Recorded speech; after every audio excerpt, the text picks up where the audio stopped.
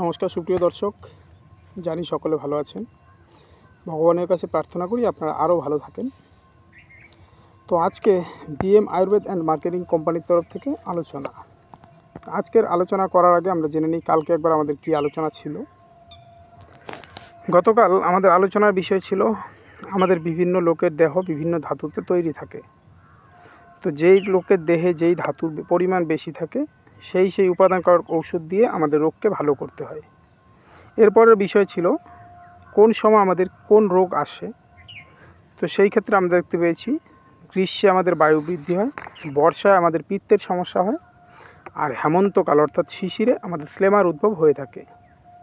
এরপর আমাদের বিষয় ছিল আয়ুর্বেদিকে আমাদের স্বাস্থ্য বলতে কী। কোনো এক শক্তি আছে যে শক্তি আমাদের শরীর আর মনকে সবসময় আনন্দিত রাখে, তাহাই স্বাস্থ্য। তো শরীরে যা রোগ আছে তার তো শান্তি নেই, এটা কালকে জানতে পেরেছি।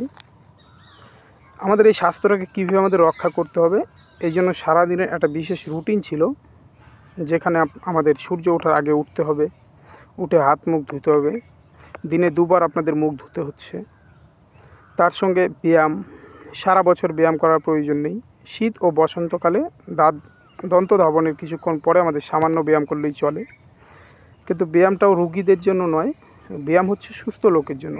রুগীরা সামান্য হাঁটাচলা করলেই সুস্থ থাকবেন। স্নান, আমাদের এই গ্রীষ্মপ্রধান দেশে স্নান করতে হয়। স্নানের আগে আমরা শরীরে তেল মেখে নিতে পারি। যাদের শরীরে চামড়ায় সমস্যা আছে, স্কিনের সমস্যা আছে, তারা সরিষার তেল, যাদের বায়ু আর পিত্ত দুইটার সমস্যা আছে তারা নারকেল তেল, এর সঙ্গে যাদের হচ্ছে 3টারই দোষ আছে, বায়ু পিত্ত কফ, তারা ব্যবহার করবেন তিল তেল। খাওয়া দাওয়ার পর স্নান কোনোভাবেই করা সম্ভব নয়। এরপর কী ছিল, ভোজন। আমাদের সবসময় একটা পরিমাণ মতো খেতে হবে। একদম কম খাওয়া বা অতিরিক্ত বেশি খাওয়া দুটোই রোগের মূলের উৎপত্তির কারণ। তাই খাওয়াটা আমাদের সবসময় পরিমিত খেতে হবে। খাওয়ার আগে বা খাওয়ার সঙ্গে আমরা দই খেতে পারলেও খাওয়ার পরে দই খেতে পারবো না। খাওয়া দাওয়ার পর আমাদের খেতে হবে দুধ, না হলে পায়েস। এরপর পান খাওয়ার গল্প ছিল। পান আমরা সারাদিনে 3 থেকে 4 বার খেতে পারি, বেশি পান খাওয়া ভালো নয়। ব্যাপার ছিল শোয়ার। তো শোয়ার আর খাওয়া দাওয়ার পর কিছুক্ষণ হাঁটাচলা করে আমাদের ঘুমাতে যেতে হবে। পরিষ্কার পরিচ্ছন্ন বিছানা আমরা ঘুমাবো, আর ঘুমানোর সময় সবার প্রথম বাঁ পাশে কিছুক্ষণ ঘুরে তারপর আমরা ঘুমাবো। ঘোরাঘুরির ব্যাপার ছিল খালি পায়ে পুকুর পাড়ে বা খোলা মাঠে আমাদের খালি পায়ে হাঁটতে হবে, যেখান থেকে আমাদের শরীরে একটা এনার্জি আসবে। মৈথুনের গল্প, কোনোভাবেই অতিরিক্ত মৈথুন ভালো নয়। তবে শীত ও বসন্তকালে আমাদের নিজেদের শক্তি অনুযায়ী যতদূর যতবার সম্ভব পারব। কোষ্ঠ পরিষ্কার, এটা তো নিয়মিত রাখতেই হবে, নিয়মিত খেতে হচ্ছে, তাই কোষ্ঠ পরিষ্কার করতে হবে। তো আজকের মূল আলোচনার বিষয় আমাদের ঋতুভেদে আহার বিহার অর্থাৎ খাওয়া দাওয়ার তাৎপর্য। আমাদের এই শরীরটা হচ্ছে মানব দেহটা প্রকৃতির সঙ্গে সরাসরি সম্পর্কযুক্ত। শীত গ্রীষ্ম বর্ষা প্রতিটা ঋতুর সঙ্গে আমাদের এই শরীরেরও বেশ কিছু পরিবর্তন আসে।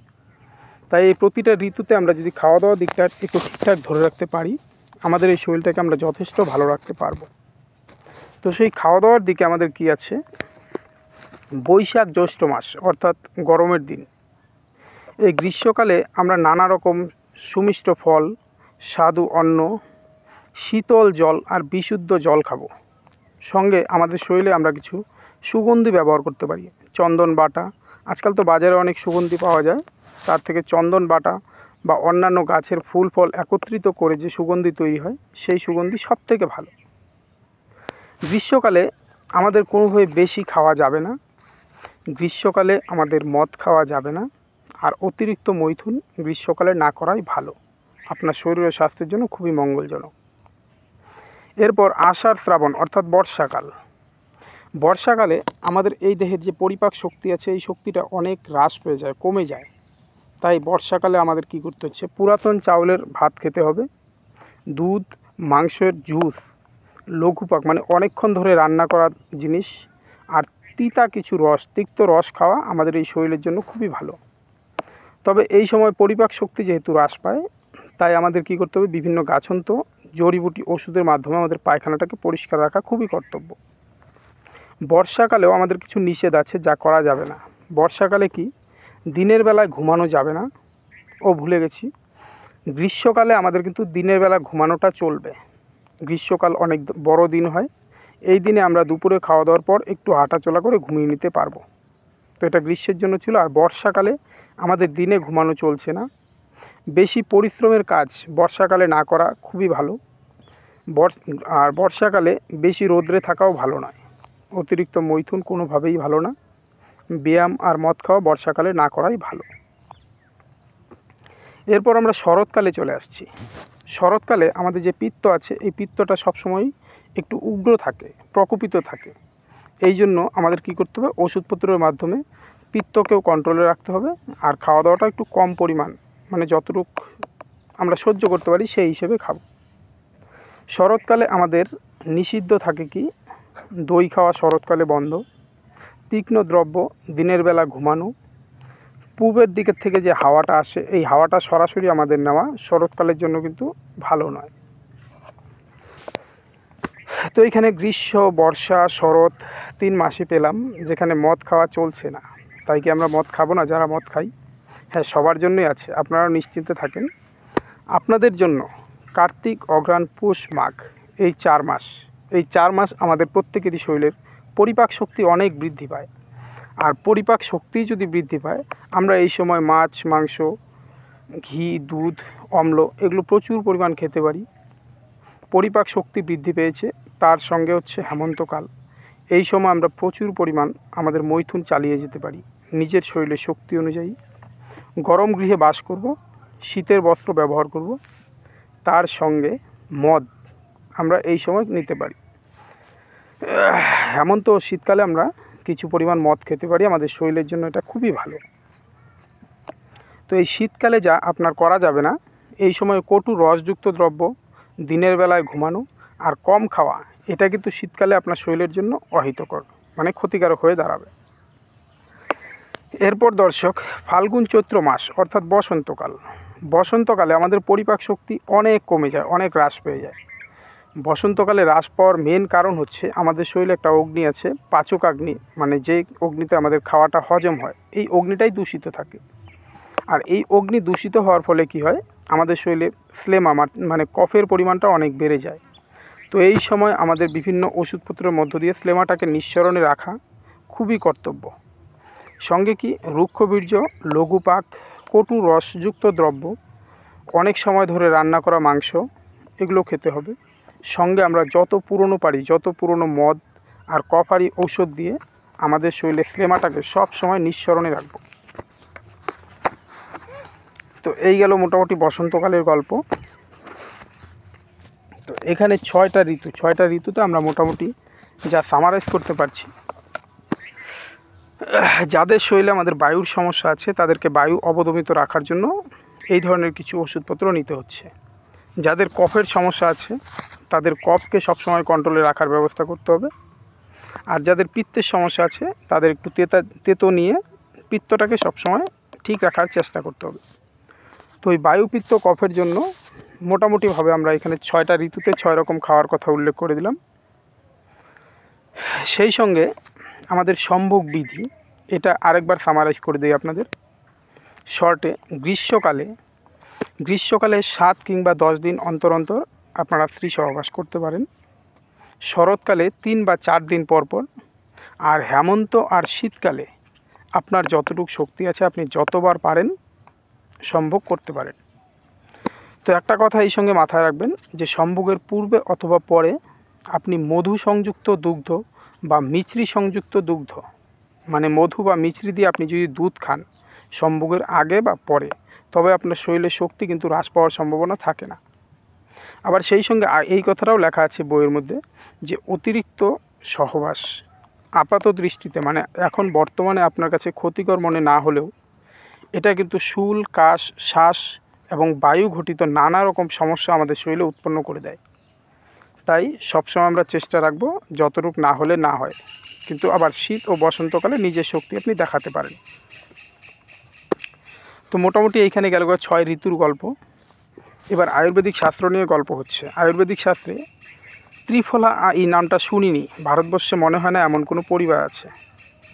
তো আমরা প্রতিদিন ত্রিফলাকে কীভাবে নিতে পারি, প্রতি ঋতুতে কীভাবে ত্রিফলা খেলে আমাদের শরীর ও স্বাস্থ্যের উন্নতি হবে, এই বিষয়ে একটু শর্টে আপনাদের বলে দিচ্ছি। গ্রীষ্মকাল গরমের দিনে রোজ সকালে কিছু খাওয়ার আগে বা পরে আপনি আখের গুড়ের সঙ্গে এই আমলকি, হর্তকি, বহেরা মানে ত্রিফলার চূর্ণকে সেবন করবেন। বর্ষাকালে ত্রিফলার সঙ্গে আপনি একটু সৈন্ধব লবণ সংযুক্ত করে এটাকে নেবেন। শরৎকালে আপনি এই ত্রিফলার সঙ্গে চিনি বা মিছরিকে নেবেন।